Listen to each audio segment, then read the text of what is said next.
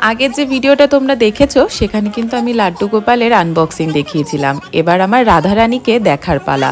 মা খুলছে আর আমার যেন তর সইছে না। আমি আর আমার বান্ধবী করবি দুজনে অধীর আগ্রহে বসেছিলাম কখন খোলা হবে আর কখন ওদের মুখ দুটো দেখবো।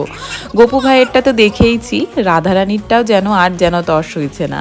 মা কোনো রকমের তাড়াতাড়ি করে খোলার চেষ্টা করছে আর আমি বারবার বলছি শিগগিরই খোলো, কেমন হয়েছে একটু দেখি। তো আমার তো ভীষণ ভীষণ পছন্দ হয়েছে। আর এই নতুন সামনের দিকে হাত পা ছড়ানো অবস্থায় ঠাকুর আমার আগে ছিল না, এই প্রথমবারই কেনা। আসলে করবীর থেকে দেখে আমার এত পছন্দ হয়েছিল, ও বলল যে দুটো তো লাড্ডু গোপাল তোর হাঁটু গাড়া অবস্থায় রয়েছে, এইবার তুই একটু অন্য রকমের নে। তো সেই কথা শুনেই কিন্তু এই রকম ঠাকুর কেনার সিদ্ধান্ত নিয়েছি।